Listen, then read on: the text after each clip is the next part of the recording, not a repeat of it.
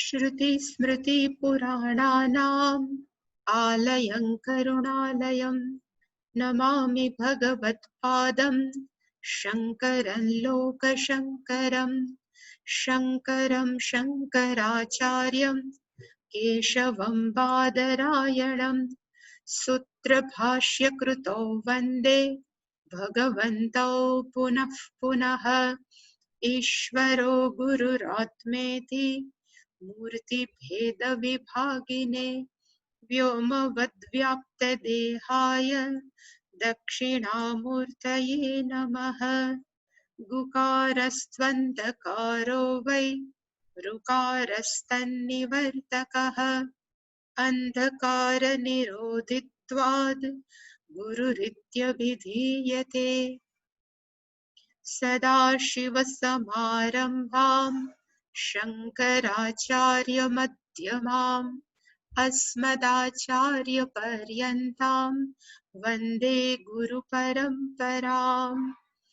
ॐ सहना भवतु सहनौ भुनक्तु सह वीर्यङ्करवावहै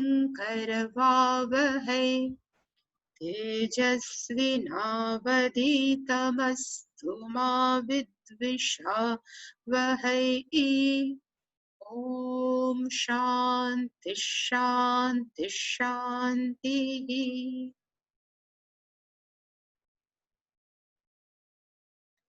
सर्वस्वरूपे सर्वेशे सर्वशक्तिसमन्विते भयेभ्यस्त्राहि नो देवी दुर्गे देवी नमोऽस्तुते। रोगानशेषानपहंसि तुष्टा रुष्टा तु कामान् सकलानभीष्टान् त्वामाश्रितानान्न विपन्नराणाम् त्वामाश्रिता ह्यश्रयतां प्रयान्ति। सर्वाबाधा प्रशमनं त्रैलोक्यस्याखिलेश्वरी एवमेव त्वया कार्यम् अस्मद्वैरिविनाशनम्। सर्वस्वरूपे सर्वेशे सर्वशक्तिसमन्विते भयेभ्यस्त्राहि नो देवी दुर्गे देवी नमोऽस्तुते। रोगानशेषानपहंसि तुष्टा रुष्टा तु कामान् सकलानभीष्टान् त्वामाश्रितानान्न विपन्नराणाम् त्वामाश्रिता ह्यश्रयतां प्रयान्ति। सर्वाबाधा प्रशमनं त्रैलोक्यस्याखिलेश्वरी एवमेव त्वया कार्यम् अस्मद्वैरिविनाशनम्। सर्वस्वरूपे सर्वेशे सर्वशक्तिसमन्विते भयेभ्यस्त्राहि नो देवी दुर्गे देवी नमोऽस्तुते। रोगानशेषानपहंसि तुष्टा रुष्टा तु कामान् सकलानभीष्टान् त्वामाश्रितानान्न विपन्नराणाम् त्वामाश्रिता ह्यश्रयतां प्रयान्ति। सर्वाबाधा प्रशमनं त्रैलोक्यस्याखिलेश्वरी एवमेव त्वया कार्यम् अस्मद्वैरिविनाशनम्।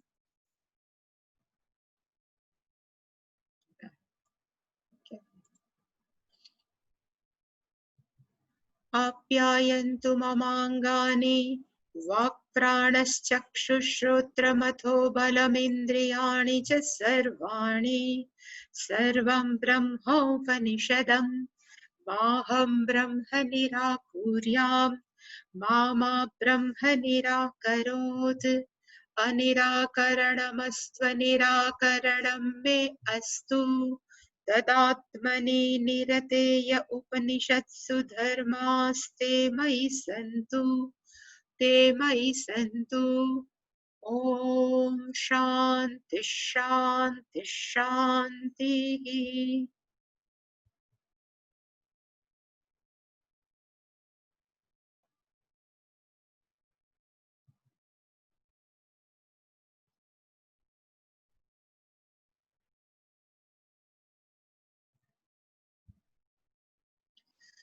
યહ આત્માનમ, આપણે અત્યાર સુધી જોયું કે યહ મનુષ્ય આત્માનમ, પોતાની જાતને અદ્વિતીયમ જાતિ ગુણ ક્રિયાહીનમ ષડ ઉર્મિ ષડ ભાવ સર્વ દોષ રહિતમ સત્યમ જ્ઞાનમ અનંત સ્વરૂપમ સ્વયં નિર્વિકલ્પમ અશેષ કલ્પ આધારમ અશેષ ભૂત અંતર્યામિત્વેન વર્તમાનમ અંતઃ બહિશ્ચ આકાશવત અનુસ્યુતમ અખંડ આનંદ સ્વભાવમ અપ્રમેયમ અનુભવ એક વૈદ્યમ અપરોક્ષતયા ભાસમાનમ જાનામી.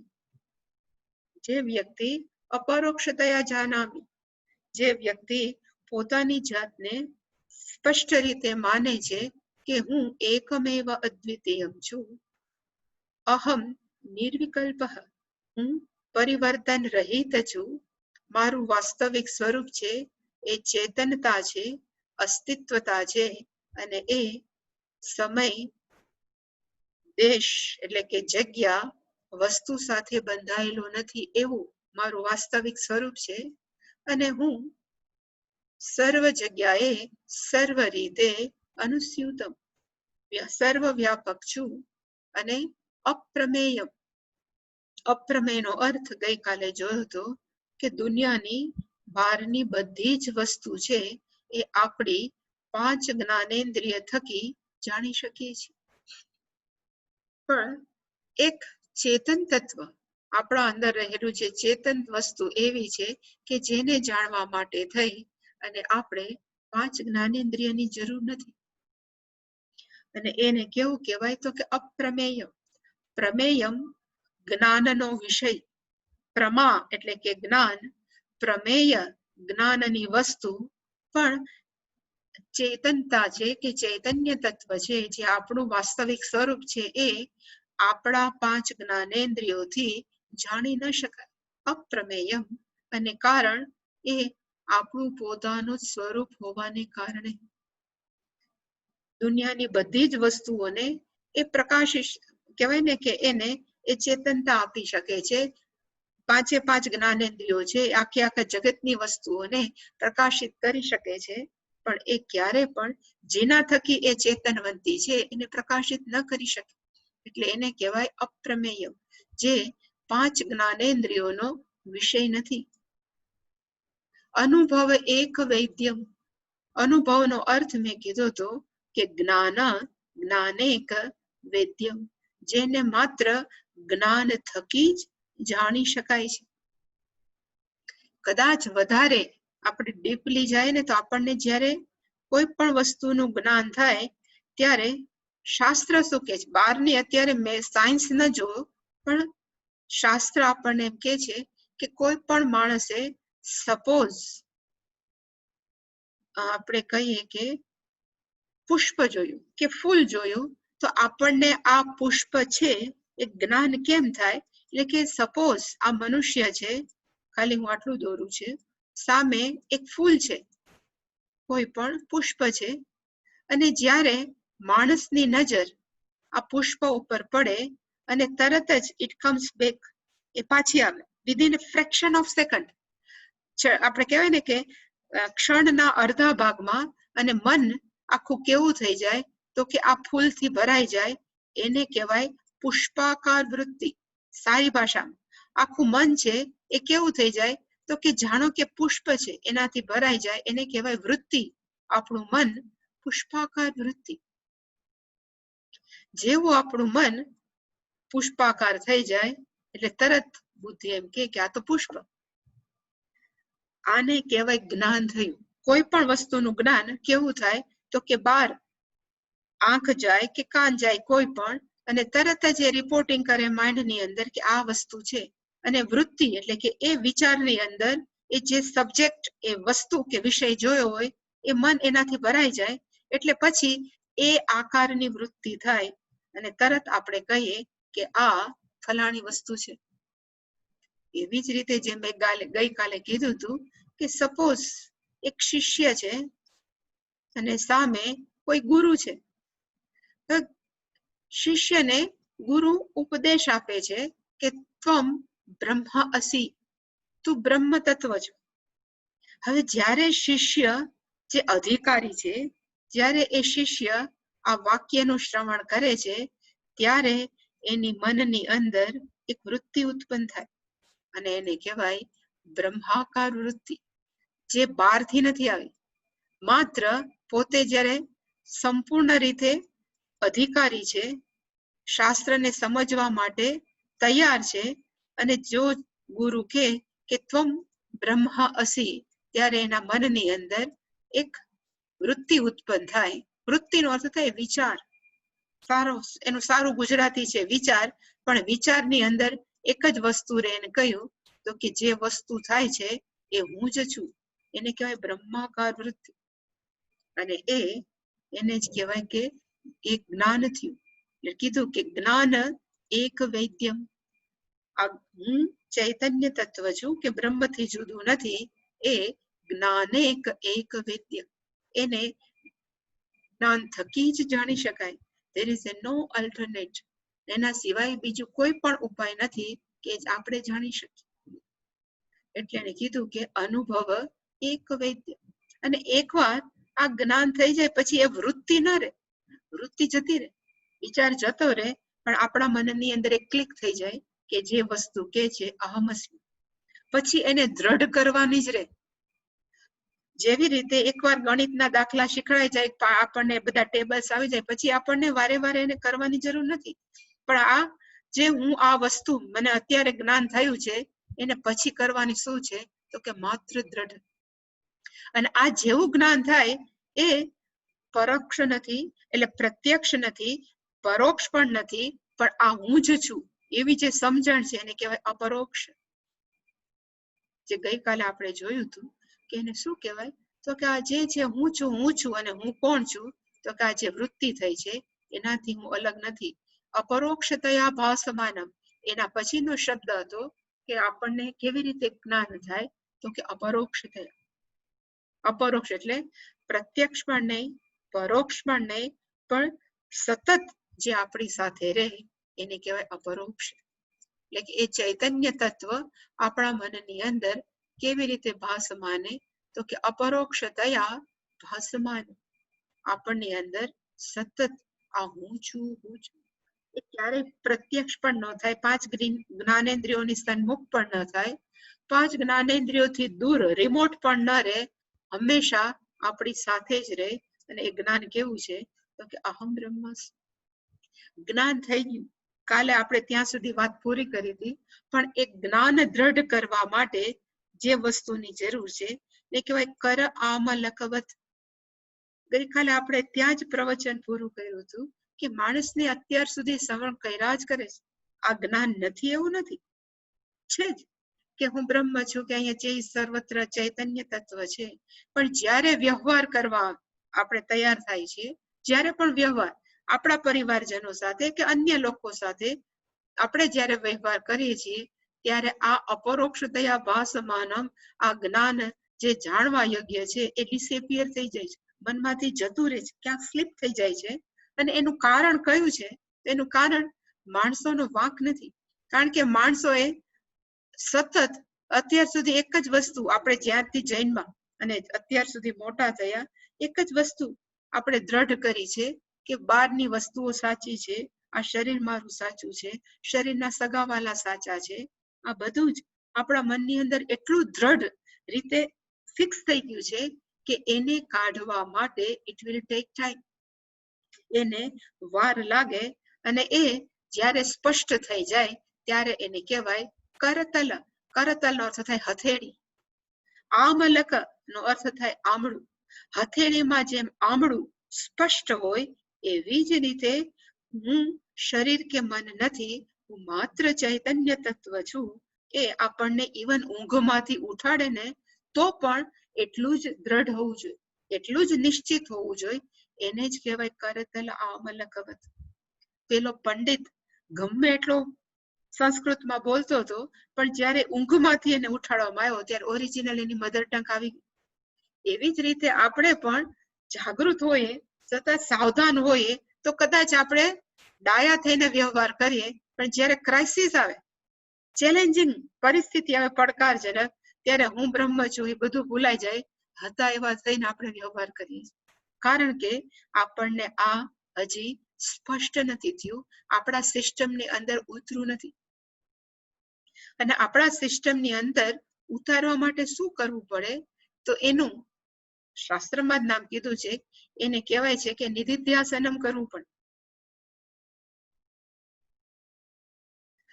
નિધિધ્યાસનમ એટલે કોકને એમ થાય આ નવું કયું નામ છે, પણ ખરેખર જોવા જઈએ તો એ ધ્યાનનો જ એક પ્રકાર છે. ધ્યાન બે રીતે થઈ શકે છે. આપણે અત્યારે એને ડિટેલમાં ન જવું, જસ્ટ આઈ એમ ગિવિંગ ને બર્ડ આઈ વ્યૂ, ખાલી બતાવવા માંગુ છું. ધ્યાન છે એ બે પ્રકારનું થાય. એક ધ્યાન છે એ આત્મજ્ઞાન પ્રાપ્ત કર્યા પહેલા જ્ઞાન યોગ્યતા પ્રાપ્તિ માટે we are eligible.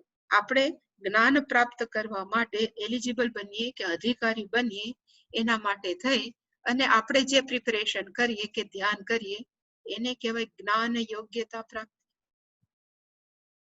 જ્ઞાન પ્રાપ્ત થઈ ગયું, કદાચ આપણે અધિકારી થઈ ગયા, સંપૂર્ણ રીતે આપણું મન શુદ્ધ થઈ ગયું, જ્ઞાન પ્રાપ્ત થયું, પણ કરતલ આમલકવત નથી. તો પછી એમાં દ્રઢ થવા માટે શું કરવાનું, તો કે ફરી પાછું ધ્યાન કરવાનું. પણ એ શેના માટે, તો કે જ્ઞાન નિષ્ઠતા પ્રાપ્તિ અર્થમ. આપણે જ્ઞાનની અંદર નિષ્ઠ થઈ જાય, આપણે અંદર સ્થિર થઈ જાય, એના માટે થઈ અને જે ધ્યાન કરવામાં કહેવામાં આવે છે એને જ કહેવાય છે નિધિધ્યાસન. તો what is the meaning of નિધિધ્યાસન? તો નિધિધ્યાસનનો સરળ અર્થ છે કે આપણે જે સત્સંગ વખતે જે શાસ્ત્રનું શ્રવણ કર્યું હોય એને મનની અંદર શાંતિથી રિલીવ. પેલાના જમાનામાં છે ને એક વીસીપી આવતું, હવે તો બધું બહુ આપણે પેન ડ્રાઈવ આવી ગયું છે. વીસીપી નો અર્થ શું થતો ખબર? વિડીયો કેસેટ પ્લેઇંગ, એવું વીસીપી મશીન આવતું. એમાં કંઈક આપણે કેસેટ નાખીએ એટલે પછી વાગવા માંડે. અને એક બીજું આવતું, એને કહેવાય વીસીઆર. વીસીઆર નો અર્થ થાય વિડીયો કેસેટ રેકોર્ડિંગ. જ્યારે આપણે જ્ઞાન પ્રવચન સાંભળતા હોય, સત્સંગ સાંભળતા હોય, ત્યારે ખરેખર આપણું ગ્રાસ્પિંગ પાવર કેવો હોવો જોઈએ, તો કે એઝ એ વીસીઆર રેકોર્ડ થઈ જવો જોઈએ આપણા મનની અંદર, એ સ્થિર થઈ જાવ. It should B recorded in our mind. આપણા મનની અંદર એ રેકોર્ડ થવું જોઈએ. રેકોર્ડ થઈ ગયું એનો અર્થ કે આપણી ફ્લોપીની અંદર સેટ થઈ ગયું આપણા મનની અંદર. પછી જ્યારે આપણે શાંતિથી આંખ બંધ કરીને ફરીવાર એને આપણે શું કરવું જોઈએ, તો કે વીસીપી પ્લે કરવું જોઈએ. જે આપણા મનની અંદર સ્ટોરેજ થઈ ગયું છે, જે આપણે રેકોર્ડ કરી લીધું છે શાસ્ત્રનું શ્રવણ, એ વળી પાછું ધ્યાનની અંદર આપણે વી શુડ પ્લે નો અર્થ થાય વળી પાછું એને સાંભળવું જોઈએ. અને એમાં ને એમાં આપણે કહેવાય ને કે દ્રઢતા પ્રાપ્ત કરવી જોઈએ. એને સારી ભાષામાં કહેવાય છે નિધિધ્યાસન. આટલું બધું શાસ્ત્ર છે, નિધિધ્યાસન ઉપર ભાર શું કામ આપે છે? એના માટે થઈ અને મેં એક વસ્તુ તૈયાર કરી છે. એવું કહેવાય છે કે આપણા મન છે એ ટોટલ 3 ટાઈપ ઓફ માઇન્ડ. આપણી પાસે 3 પ્રકારના મન છે. એક જ મનના 3 ભાગ અત્યારના સાયકોલોજીકલ કહેવાય ને, બધા સાયકિયાટ્રિસ્ટ એ લોકોએ પાડ્યા છે. પહેલું એને કહેવાય કે આપણું મન છે, એક મનને કહેવાય જાગૃત મન. બીજા મનને કહેવાય સેમ માઇન્ડ અર્ધ જાગૃત મન. અને ત્રીજાને કહેવાય, મેં લખ્યું છે અનકોન્શિયસ, ગુજરાતીમાં આઈ થિંક સુષુપ્ત અવસ્થા, આઈ ડોન્ટ નો, એટલે મેં અનકોન્શિયસ લખ્યું. પણ ગુજરાતીમાં આને કહેવાય જાગૃત મન, અર્ધ જાગૃત મન. ઇંગ્લિશમાં આને અનકોન્શિયસ કહેવાય ત્રીજા મનને. એનું ડિસ્કશન એમાં નથી કરવું. જસ્ટ આ જાગૃત મન અને અર્ધ જાગૃત મન શું છે એના ઉપર ડિસ્કશન છે, એ વધારે મહત્વ.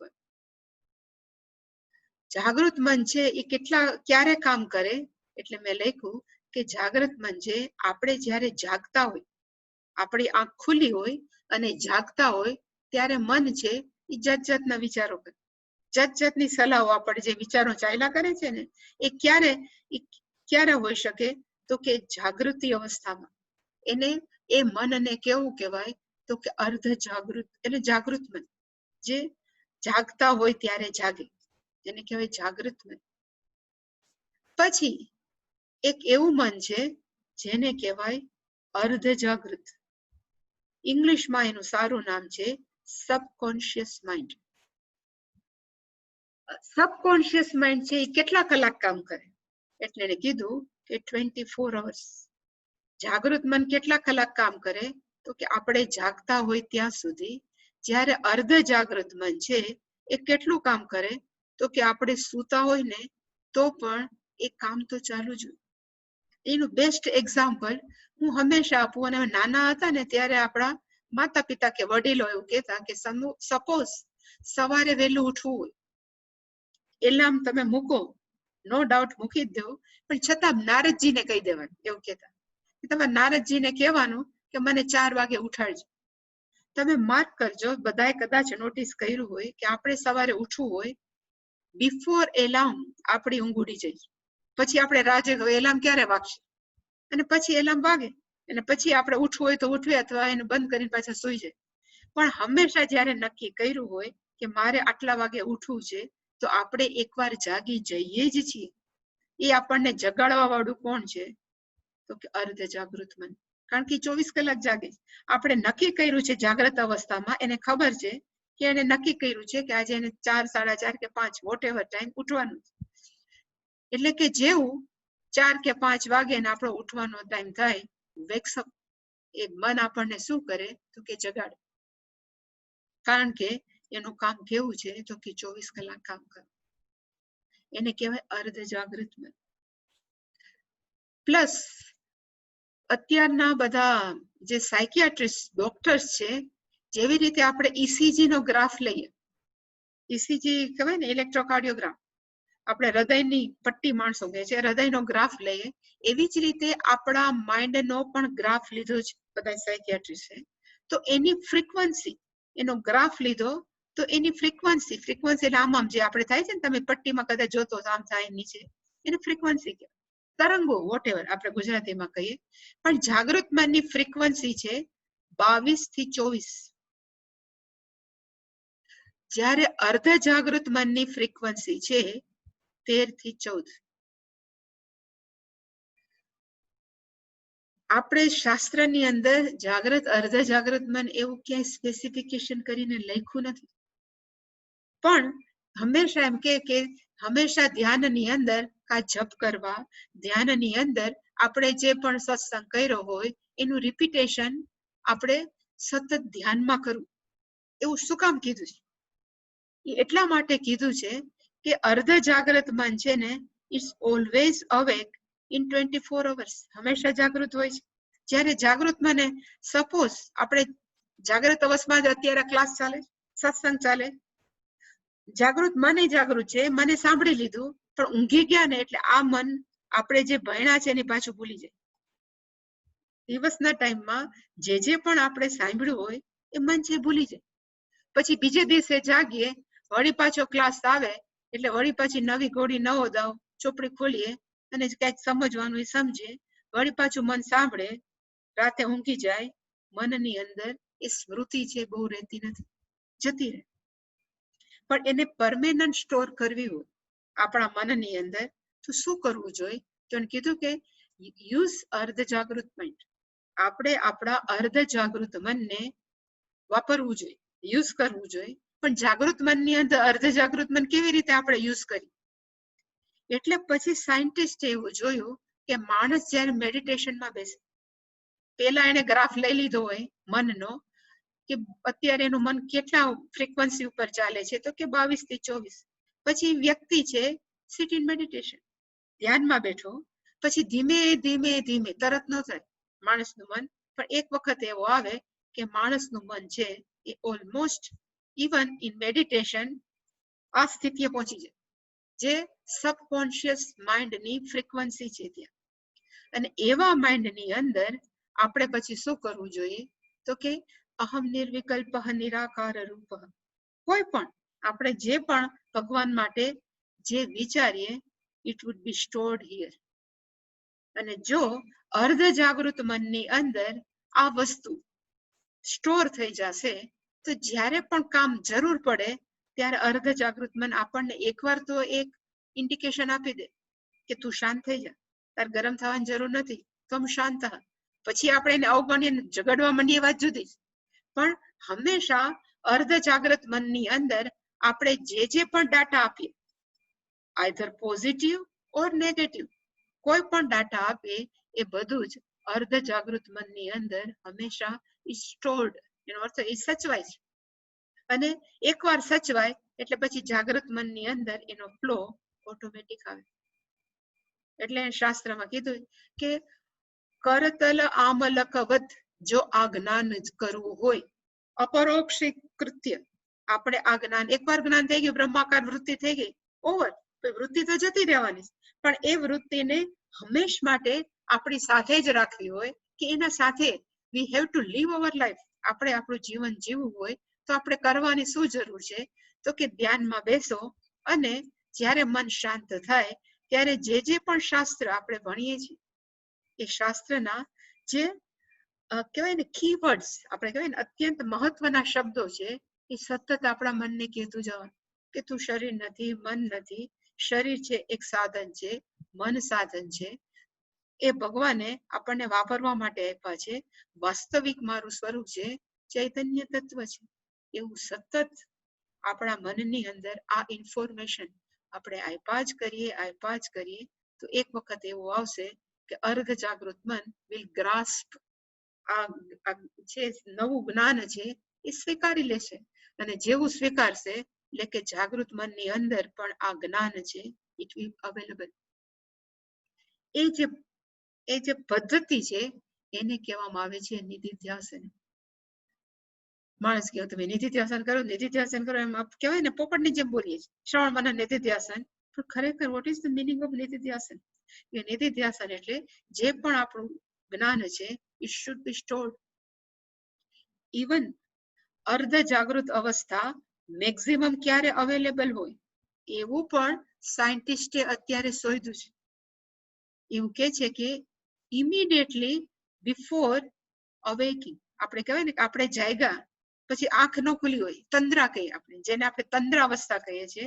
આપણે કે ઉઠો ઉઠો હ કરીએ, ન ઉઠતા હોય એ અવસ્થા છે ત્યારે પણ આપણું અર્ધ જાગૃત મન છે ઇઝ હાઈલી એક્ટિવ. અને એવી જ રીતે before going to deep sleep, ઊંઘી જાય, ડીપ સ્લીપ બરાબર આમ ગાઢ નિદ્રા ન આવી હોય એ વચ્ચેનો ગાળો છે એને પણ કહેવાય તંદ્રા. એટલે કે ઉઠ્યા પછી તરત અવસ્થા, હજી બરાબર જાગૃત ન થયા હોય અને ઊંઘા પહેલાની અવસ્થા, એ બંને અવસ્થા પણ ઇઝ ઓલમોસ્ટ અર્ધ જાગૃત માઇન્ડ ત્યારે એક્ટિવ. એને ઇંગ્લિશમાં હાઇપોગોગલિક સ્ટેટ એવું નામ આપ્યું સાયકેટ્રિસ્ટ. અને અત્યારના સાયન્ટિસ્ટ ખરેખર શું કરે છે, they would like to remain more in this state. એટલે એને આ તંદ્રા અવસ્થામાં વધારે રહેવું ગમે છે. કારણ કે સાયન્ટિસ્ટે અમુક શોધ કરતા હોય, અમુક શોધની અંદર ક્યાંક અટકી ગયા, એને ખબર ન પડે કે આ શોધની અંદર આ જગ્યાએ હવે કેવી રીતે કામ કરવું.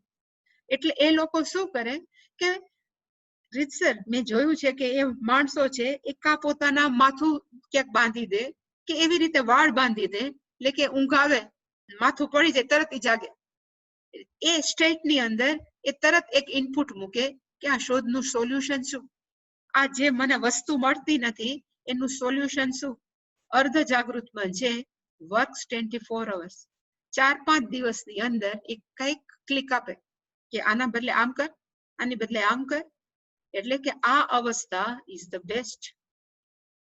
કોઈ પણ સારું ઇનપુટ આપણા મનને આપવા માટે. એટલે માણસો ઘણા કે ઉઠીને તરત હાલવા ન માંડવું, પથારીમાં બેસવું, ભગવાનનું નામ લેવું, સારા વિચાર કરવા, એ બધા શું કામ તો કે તંદ્રા અવસ્થાની અંદર it will be stored in the subconscious mind. આપણા મનની અંદર એક સ્ટોર થઈ જાય. અને જો એકવાર સ્ટોર થાય તો એ કાયમ માટે આપણા માટે ઉપલબ્ધ છે. હું હંમેશા એક ઉદાહરણ આપું છું કે સપોઝ એક ગ્લાસની અંદર પાણી ભરેલું છે. આપણે એમ કહીએ કે એક ગ્લાસની અંદર અહીંયા H2O કે પાણી ભરેલું છે. હવે આપણે એની અંદર દૂધ નાખવું છે તો બે રસ્તા છે. કા પાણીને ઠલવી નાખીએ અને દૂધ ભરીએ, અને બીજું વધારે પડતું દૂધ હોય તો માણસ શું કરે, તો આમાં દૂધ રેડા જ કરે, પોર કર્યા જ કરે. એક વખત એવો આવશે કે પાણી છે સંપૂર્ણપણે નીકળી જશે અને અહીંયા માત્ર શું રહેશે, તો કે દૂધ.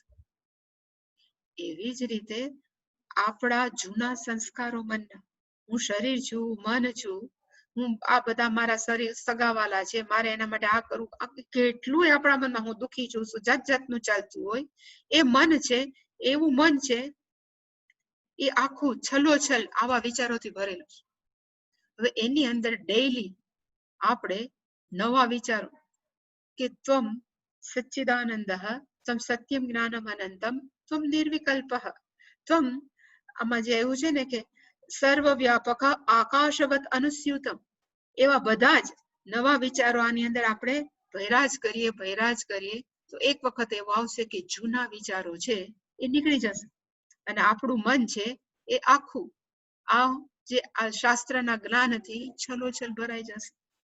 અને એવા મનને અડધી ઊંઘે પણ પૂછવામાં આવે કે હુ આર યુ, ત્યારે એમ જ કહેશે કે હું બ્રહ્મથી જુદો નથી.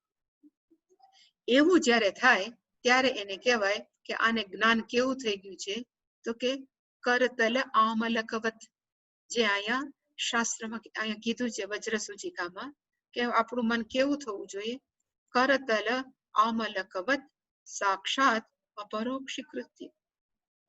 અને હું શરીર છું, મન છું, એ સંસ્કારો આ જન્મના નથી, અસંખ્ય જન્મોથી આપણા મનની અંદર આ સંસ્કાર છે એ ભરેલા છે.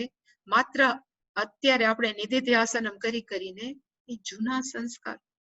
અને ખાલી હું તો એમ કહું છું કે માત્ર ધ્યાન નહીં, એ તો શ્રેષ્ઠ ઉપાય છે જ કે આપણે નવા સંસ્કારો નાખવાનો, કે આત્મષટક છે કે કેટલા બધા ગીતાના મંત્રો આપણે બોલતા જાય ને જૂનું બધું નીકળતું જાય, પણ આપણે 24 કલાક તો ધ્યાનમાં નથી બેસી શકવા. એટલે કે નિધિધ્યાસનના બીજા બધા પણ એવું, બીજા ફોર્મ્સ પણ એવા છે કે આપણે જે ભણ્યા છે we should share with others. તો આપણે વળી પાછું એને વિચારવું પડે, બોલવું પડે. એટલે કે પહેલું છે કે આપણે જે શાસ્ત્રનો અભ્યાસ કર્યો હોય, ગમે કે ન મળે 2-3 જણાને પકડીને બેસાડીને આપણે જે ભણ્યા છે ભણાવી દેવું. એને ફાયદો થાય કઈ ખબર નથી, પણ આપણે જો ગંભીરતાથી એને ભણાવતા હોય તો આપણા મનની ઉપર અસર થશે. Is a one type of નિધિધ્યાસન. એવી જ રીતે જે પણ આપણે જાણતા હોય રાઇટ ઇટ આઉટ, આપણે સતત લખતા રહે તો પણ આપણા સંસ્કારની અંદર એ ઉતરી શકે.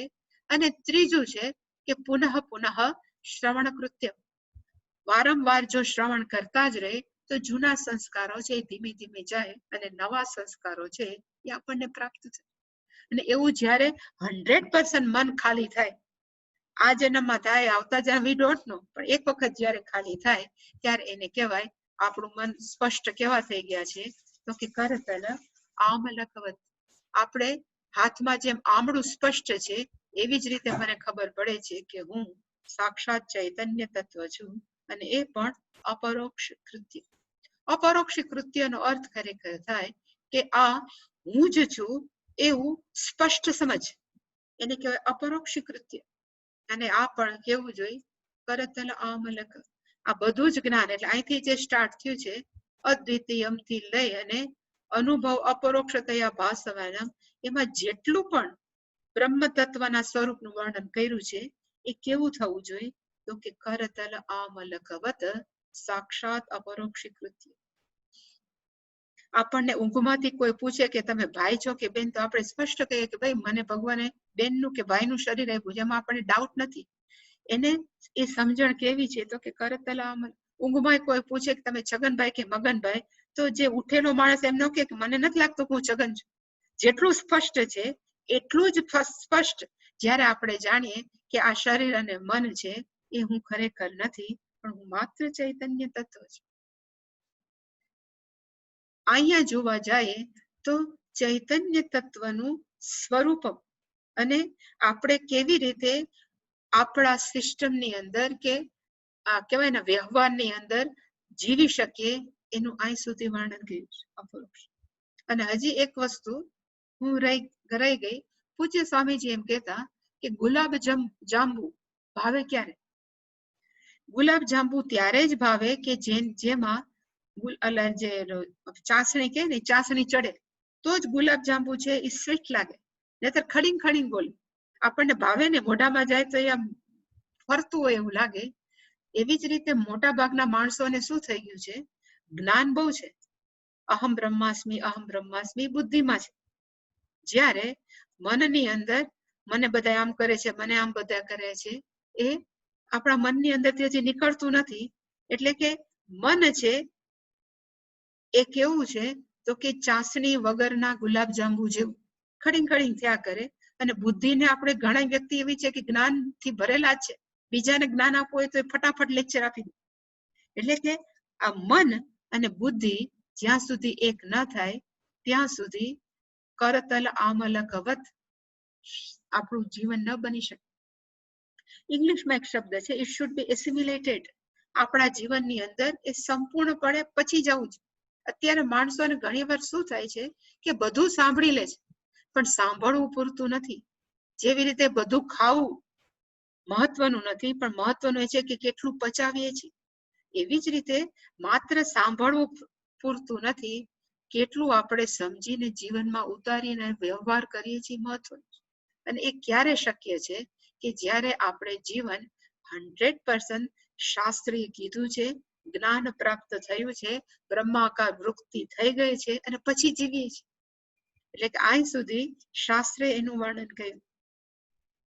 હવે પછીનું છે જે 2-3 શબ્દો છે, એમાં શ્રુતિ એવું કહેવા માંગે છે કે કોની અંદર આ જ્ઞાન આવી શકે.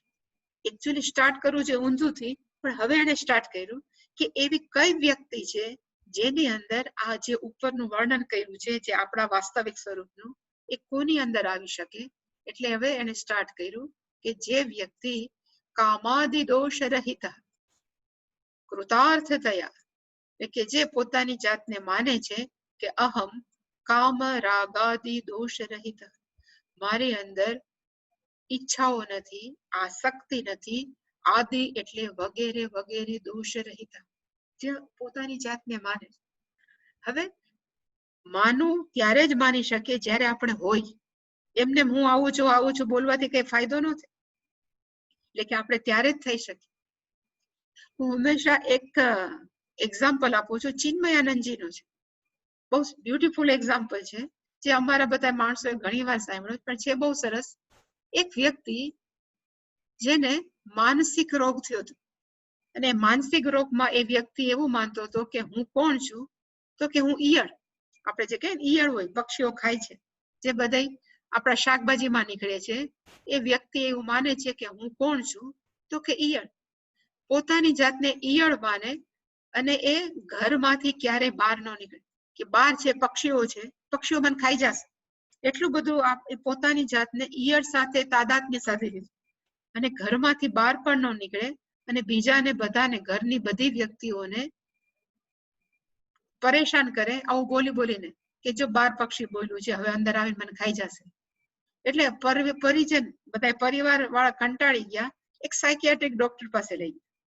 ડોક્ટર પાસે જઈ અને એને કીધું કે આનો કઈક ઈલાજ કરો સાહેબ. એ એમ જ માને છે કે હું ઈયળ છું, આવડો મોટો માણસ છે છતાં એમ માને છે કે હું ઈયળ છું. એ સાયકિયાટ્રિક ડોક્ટરે એક અરીસો લે, મોટો મિરર લે, એવા મિરર ની અંદર એ ભાઈને સામે ઉભા રાખ્યા અને એને કીધું કે આ કોણ દેખાવશો. એટલે પેલા ભાઈ કીધું હું છું, આ હું છું. પછી ડોક્ટરે પ્રેક્ટિકલ કર્યો, ઈયળ લેવા, ઈયળ ને એને મિરરમાં એ ભાઈ ઉભો તો એની સામે બતાવી અને કીધું કે આ કોણ છે. એટલે પેલા કીધું ઈયળ છે. એ તો એને ખબર જ હતી કે ઈયળ છે. પછી એને કે તું જો અને આ ઈયળ ને જો, તારામાં ને એનામાં કાંઈ પણ સિમિલારિટી છે, સરખાપણું છે, તું છો ઈયળ, ઈયળ છે, તું ક્યારે પણ ઈયળ ન હોઈ શકે. આવું એને 6 મહિના એ ભાઈને જ્ઞાન આપ્યું, રોજ પ્રેક્ટિકલ, 6 months.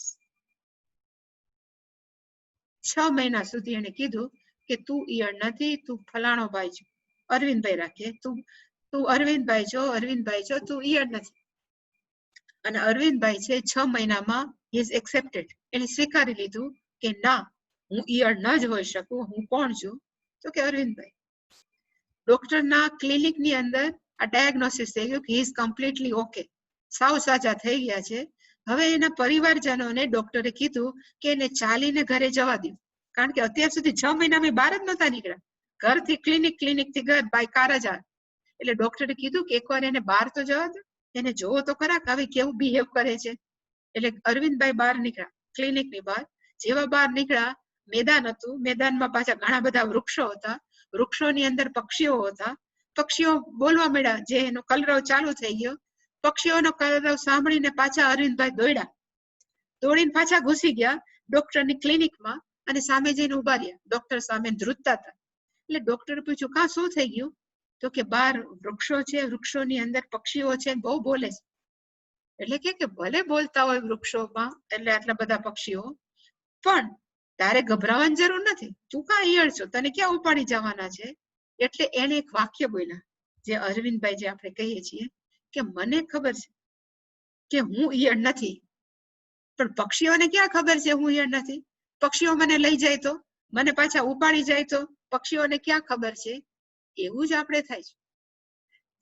સ્વામીજી હંમેશા એમ કે આપણને એમ કે મને ખબર છે હું બ્રહ્મ છું, પણ બીજાને ક્યાં ખબર છે હું બ્રહ્મ છું? બધાય મારી સાથે આવો વ્યવહાર કરે છે, એ બધાને તો ખબર નથી હું બ્રહ્મ છું, તો પછી મારે એની સાથે વ્યવહાર તો પછી જેમ થતો એમ જ કરવાનો. એનો અર્થ કે હજી પણ આપણે સ્પષ્ટ નથી કે આપણું વાસ્તવિક સ્વરૂપ કયું છે. એટલે એને પ્રાપ્ત કરવા માટે શાસ્ત્રે એવું કીધું છે કે પ્રિપેરેશન ક્યાંથી કરવું જોઈએ? તો કે આના વગરનો માણસ હોવો જોઈએ, આ વગરનો માણસ હોવો જોઈએ. આ પેલી એની કન્ડિશન છે કે વ્યક્તિ કેવી હોવી જોઈએ? તો કે કામ રાગ આદિ દોષ રહિત. બીજું આમાં લખ્યું છે શમદમાદિ સંપન્ન, કે માણસની અંદર આ બધા ગુણો હોય, પણ શરૂઆત આપણે કરીએ કામ, અને ઇવન આ બધાથી પણ એનામાં ન હોવા જોઈએ. આ બધા જ મનની અંદર જે ગુણો છે, માત્સર્ય, તૃષ્ણા, આશા, એના વગરનો વ્યક્તિ હોય તો જ આત્મજ્ઞાન થાય. આત્મજ્ઞાન પછી બ્રહ્માકાર વૃત્તિ થાય, એ પછી જ કરતલ અમલ. તો શરૂઆત ખરેખર ક્યાંથી થવી જોઈએ? તો કે માણસની અંદર કોઈ પણ પ્રકારની આસક્તિ કે ઈચ્છા ન હોવી જોઈએ. અહીંયા કામનો અર્થ ગુજરાતીમાં જે બોલે છે એ કામ નથી. ગુજરાતીમાં આપણે કામનો અર્થ ભયંકર કરીએ છીએ, પણ સંસ્કૃતમાં એનો અર્થ થાય ઈચ્છા, સિમ્પલ ઈચ્છા. એટલે કે માણસ કેવો હોવો જોઈએ? ઈચ્છા વગરનો, આસક્તિ વગરનો. હવે માણસે આવ્યું પોતાનું જીવન જીવવું હોય તો how we can live A life like this, ઈચ્છા વગરનું કે આસક્તિ વગરનું? એના માટે થઈ અને ગીતામાં પેલા 6 અધ્યાય, અને ખાસ કરીને ત્રીજો કે બીજા અધ્યાયની અંદર એક વસ્તુ બહુ સરસ કીધી છે. એ હું અત્યારે તમને બતાવવા માંગુ છું કે આપણે ખરેખર આવું જીવન જીવવું હોય તો કેમ કરવું પડે, કેવી રીતે રહેવું પડે. ઇંગ્લિશમાં છે, આઈ વિલ ટ્રાન્સલેટ. પણ ધારો કે આત્મજ્ઞાન કરવું, પ્રાપ્ત કરવું હોય તો એવું કે છે કે 3 પ્રકારની સાધના માણસોએ જીવનમાં ઉતારવી જોઈએ. એક સાધનાનું નામ છે કર્મયોગ સાધના. બીજી સાધનાનું નામ છે ઉપાસના યોગ સાધના. ત્રીજી સાધનાનું નામ છે જ્ઞાન યોગ સાધના. કર્મયોગ સાધના, ઉપાસના યોગ સાધના, જ્ઞાન યોગ સાધના. અત્યારે મને ઇન્ટરેસ્ટ છે કર્મયોગ સાધના. માણસો સાધના એમ જ માને છે કે ભગવાનની સામે પલોઠી મારી બેસી અને જપ કરવા, ઇટ્સ કોલ્ડ સાધના. માણસો એને સાધના કહે, પણ ગીતાની અંદર એમ કે છે કે it is the just beginning of સાધના. આપણે જે મંદિરમાં જે ભગવાનનું નામ કે સ્મરણ કે પૂજા કરીએ છીએ એ માત્ર શરૂઆત છે. ખરેખર આપણી સાધના ક્યારે ચાલુ થાય? તો કે જ્યારે આપણે માણસો સાથે વ્યવહાર વ્યવસ્થિત કરીએ. અને આપણે માણસો સાથે વ્યવહાર કેવી રીતે વ્યવસ્થિત કરી શકીએ? એટલે કીધું કે સાધનાની અંદર કર્મ જ ઇન્વોલ્વ હોય, આપણે કર્મ જ કરવું પડે. તો કર્મ કેવી રીતે કર્મ કરવું, જો એની ટેકનિક કે એની સમજણ આપણી પાસે આવી જાય તો આપણે કર્મયોગ સાધના કરી શકીએ. તો કર્મની અંદર બે પ્રકાર છે. કર્મયોગ સાધનાની અંદર બે પ્રકાર છે. કર્મ કેવી રીતે કરવા, કર્મ છે એ કેવી રીતે કરવા અને કર્મના ફળ કેવી રીતે સ્વીકારવું. કર્મ કેવી રીતે કરવું, હાઉ ટુ ડુ, કેવી રીતે કરવું, અને એટ ધ સેમ ટાઈમ કર્મ કેવી રીતે, કર્મનું ફળ કેવી રીતે સ્વીકારવું, એને જ કહેવાય કર્મ. તો માણસો એમ કે છે કે યોગ એટલે શું, બાબા રામદેવજીના યોગા? તો કે ના, ત્યાં યોગનો અર્થ છે કે એટીટ્યુડ. આપણો એટીટ્યુડ નો અર્થ થાય આપણું વર્તણૂક. આપણે કેવી રીતે કર્મને જોઈએ છીએ અને કેવી રીતે આપણે કર્મ ફળને સ્વીકારીએ છીએ, એને કહેવાય યોગા. કર્મયોગની અંદર, કર્મયોગની અંદર યોગનો અર્થ છે કેવા ભાવથી કર્મ કરવું અને કેવા ભાવથી કર્મના ફળને સ્વીકારવું. એ જો આપણે વ્યવસ્થિત કરતા શીખી જાય તો કે કામા રાગાદિ દોષ રહેતા થઈ જાય. તો લખ્યું છે કે કર્મ કરવું તો કેવી રીતે કરવું. શાસ્ત્રમાં કે ગીતામાં લખ્યું છે કે આપણે સતત શાસ્ત્રનું શ્રવણ કરીએ છીએ. સતત શાસ્ત્રમાં કે છે ઈશાવાસ્યમિદમ સર્વ, અહીંયા જે પણ કાંઈ છે બીજું કાંઈ નથી, માત્ર ઈશ્વર છે. તો આપણે જેની સાથે વ્યવહાર કરીએ છીએ એ કોઈ XYZ તો નથી. એ વ્યક્તિ કોણ છે, તો કે ઈશ્વર જ છે. જો માણસ કોઈ પણ વ્યવહાર, દુનિયાનું કોઈ પણ કર્મ, સવારે ઉઠે અને સૂઈએ ત્યાં સુધી કોઈ પણ કર્મ કરે, પણ કેવી ભાવનાથી કરે, તો કે હું ઘરમાં પરિવારજનો માટે કર્મ નથી કરતો, હું બહાર ઓફિસમાં કે જ્યાં પણ હું કઈ કામ કરવા જાઉં છું એ પરિવારજનો માટે નથી કરતો, પણ હું કર્મ કોના માટે કરું છું, તો કે માત્ર ઈશ્વર માટે. કોઈ પણ જગ્યાએ હું કામ કરું છું એ ઈશ્વર માટે કરું છું. અને એને શાસ્ત્રમાં સારી ભાષામાં કીધું છે ઈશ્વરાર્પિત ભાવ, ઈશ્વરાર્પિત બુદ્ધિયા, ઈશ્વર અર્પિત બુદ્ધિ. જે પણ હું કર્મ કરું છું એ કોના માટે કરું છું, તો કે ઈશ્વરને અર્પણ કરવા માટે. પછી હું વાળું છું ઈશ્વરને અર્પણ કરવા માટે. હું ઘરને સાફ કરું છું ઈશ્વર માટે. હું રાંધું છું ઈશ્વર માટે. હું બહાર નોકરીએ જાઉં છું અને જે પણ કર્મ કરું છું એ ઈશ્વર માટે. જો એવી ભાવનાથી આપણે કર્મ કરીએ તો આપણા મનની અંદર ક્યારે પણ પર્સનલ રાગ દ્વેષ નહીં આવે કે આ મારું નહીં આવે, હું કોના માટે કરું છું, તો કે ભગવાન. ઇવન પરિવારજનો પણ કોણ છે, તો કે ઈશ્વર દત્ત, ભગવાને દીધેલું એક. આજુબાજુના પરિવારજનો છે તો ઈશ્વર જ. એમાં પણ ઈશ્વરની ભાવનાથી જ આપણે કર્મ કરતા રહીએ તો આપણા મનની અંદર વધારે પડતા આસક્તિ કે ઈચ્છાઓ ઓછી થઈ જશે કે આના માટે કરું કે ફલાણા માટે કરું. હું માત્ર કરું કોના માટે, તો કે ઈશ્વર માટે. આ પહેલું નિયમ છે કર્મયોગ સાધના. બીજો, કર્મ કરતા કરતા સતત આપણે કર્મના ફળનો અનુભવ કરીએ છીએ, કા સુખ કા દુઃખ કે કોઈ પણ પ્રકાર.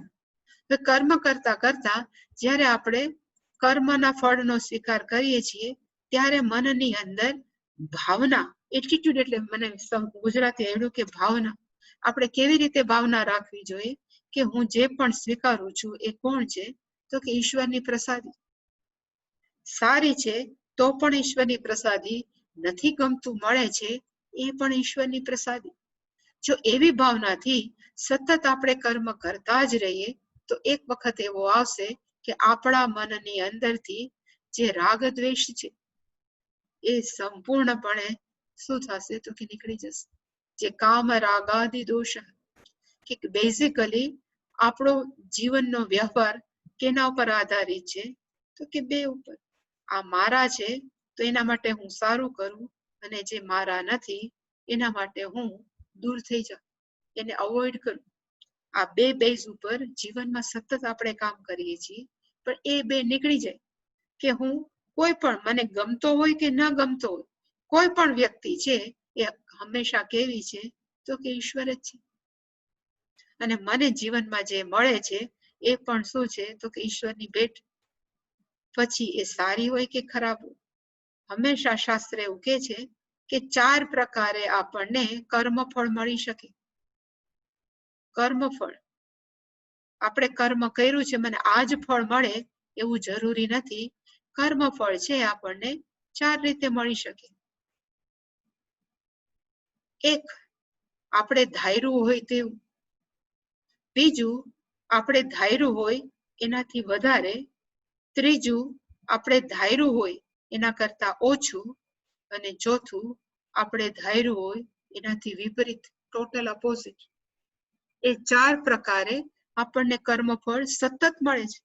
અને જ્યારે ધાર્યા કરતા વધારે મળે ત્યારે ખુશ થાય, ધાર્યા કરતા ઓછું મળે તો દુખી થાય, અને ધાર્યા કરતા ટોટલ ઊંધું મળે તો આપણે હતાશ ને નિરાશ થાય છે.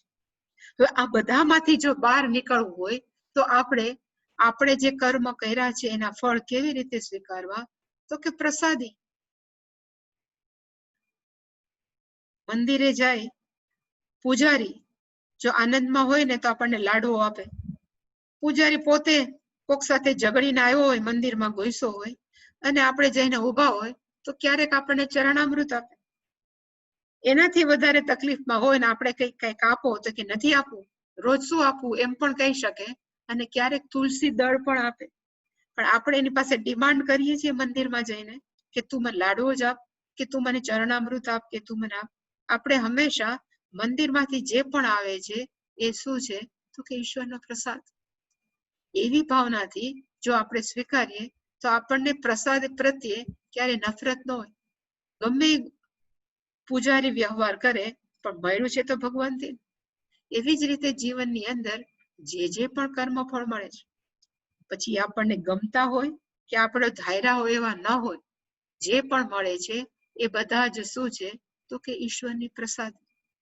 એવા ભાવથી જો આપણે બધા જ કર્મફળ સ્વીકાર્યા કરીએ તો એક વખત એવું આવશે કે આપણા મનની અંદર એ ભાવના જતી રહેશે કે મારું કે તારું. બધું છે એ ઈશ્વરનું છે, ઈશ્વર માટે કરું છું, ઈશ્વર તરફથી જે મળે છે એક્સેપ્ટ કરું છું, સ્વીકારું છું. એટલે કર્મ યોગ છે એ હંમેશા કહું કે નિસ્વાર્થપણે હું કર્મ કરું છું એવું નથી. કર્મ યોગનો અર્થ થાય કે કર્મ છે હું ઈશ્વર માટે કરું છું, અને ફળ છે એ પ્રસાદી તરીકે સ્વીકારું છું. એને જ કર્મયોગ શાસ્ત્રમાં કીધું. ઘણી વાર મિસઅન્ડરસ્ટેન્ડિંગ, માણસો એમ કે છે કે હું તો નિષ્કામ થયા કર્મ, ફળની આશા વગરનો હું કામ કરું છું. આપણને ફળની આશા છે, અને કર્મયોગમાં ફળની આશા કઈ છે તો કે મારી ચિત્ત શુદ્ધિ થાય, મારા મનની અંદરથી જે બધા નકારાત્મક વિચારો છે કે નકારાત્મક ભાવનાઓ છે એ બધી નીકળી જાય. એવી રીતે જો કર્મ કરતા જ જાય તો પછી શાસ્ત્ર એને કહે કે માણસની અંદર શું પ્રાપ્ત થાય તો કે ચિત્ત શુદ્ધિ. એટલે હંમેશા મેં લખ્યું છે કે કર્મ છે, કર્મ યોગ છે, કોઈ પણ કર્મને વી કેન કન્વર્ટ ઇન પૂજા. કોઈ પણ કર્મને આપણે પૂજામાં પરિવર્તન લાવી શકીએ છીએ. ઘર વાળતા હોય ને આપણે એમ જો માનીએ કે હું ઘર ઈશ્વર માટે વાળું છું તો એ વાળવું છે એ પૂજા છે. રાંધતા હોય ને આપણે જો એમ વિચારીએ કે રાંધું છું હું ઈશ્વર માટે તો રાંધવું છે એક પૂજા છે.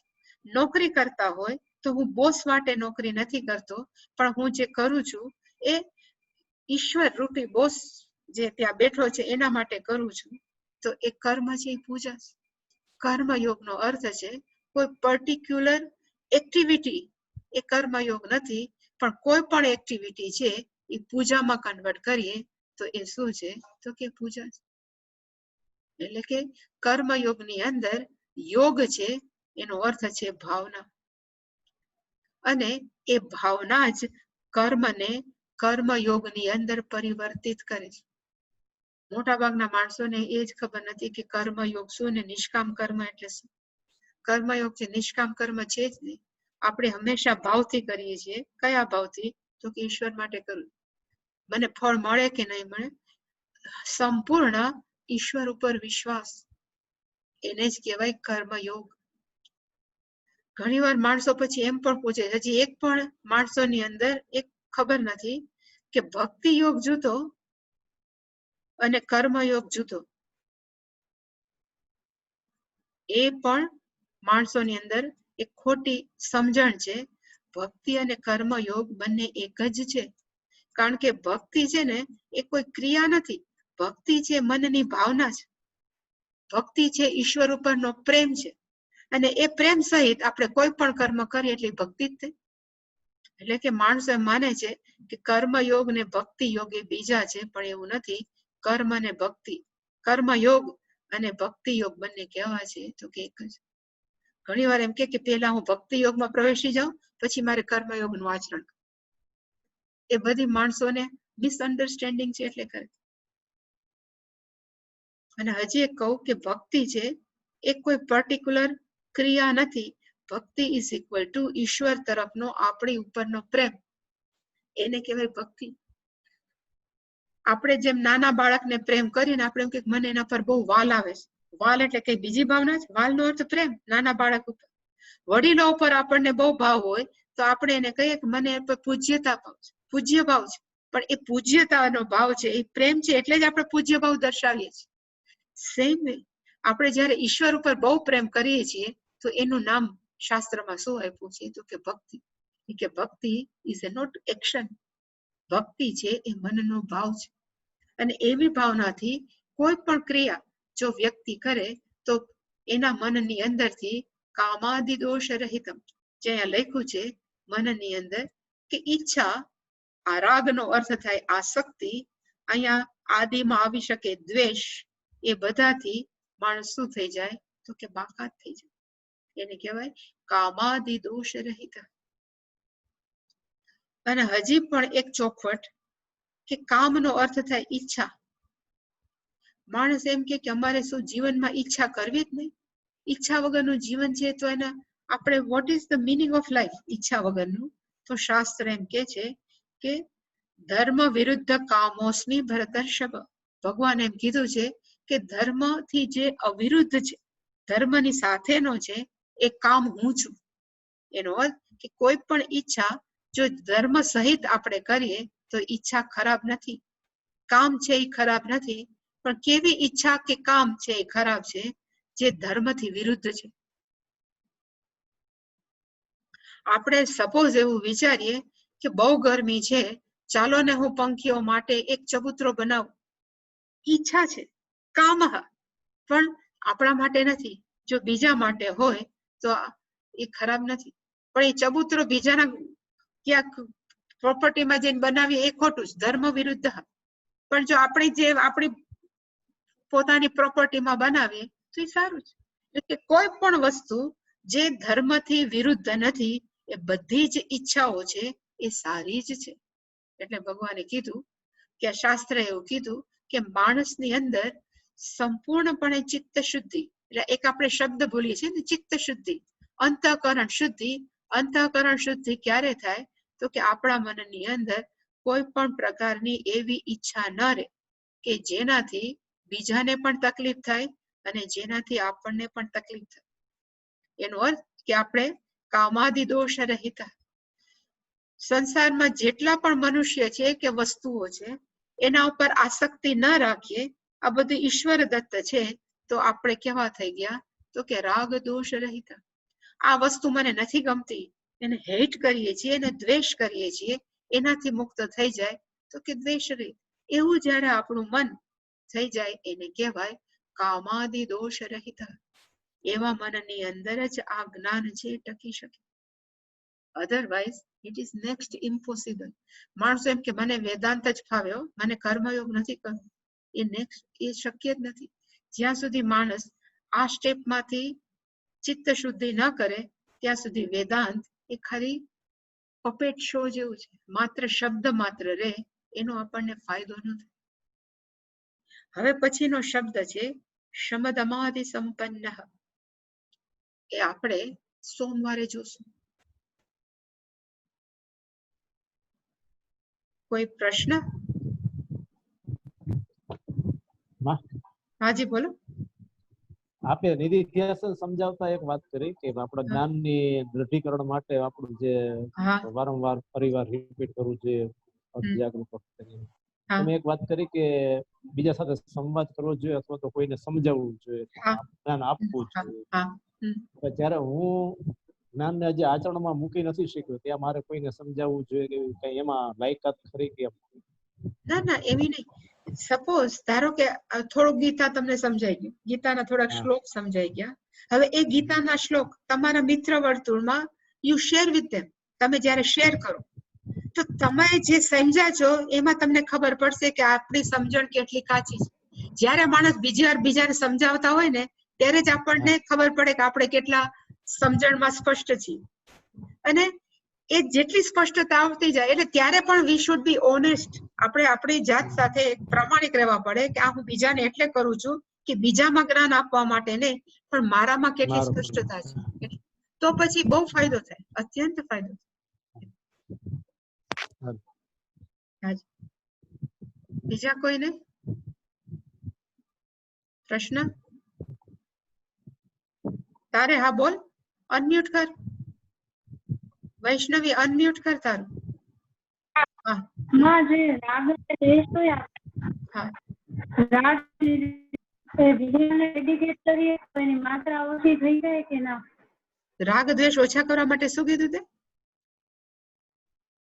કે મને ધારો કે દ્વેષ થયો તો એ પછી દ્વેષ થયા પછી મને એમ થયું કે મને આ દ્વેષ થયો છે, પછી હું ભગવાનને ધારો કે સમર્પિત કરું તો પછી રાગ દ્વેષની માત્રા ઘટે કે નહીં?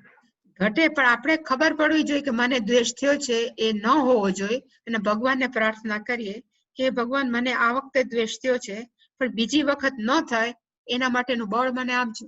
મારે એ વ્યક્તિ ઉપર દ્વેષ નથી કરવો. જો એવું સરસ આપણે સિન્સિયરલી વિચારીએ ને તો દ્વેષ ઓછો થાય છે. કારણ કે પ્રયત્ન તો આપણે જ કરવાનો છે.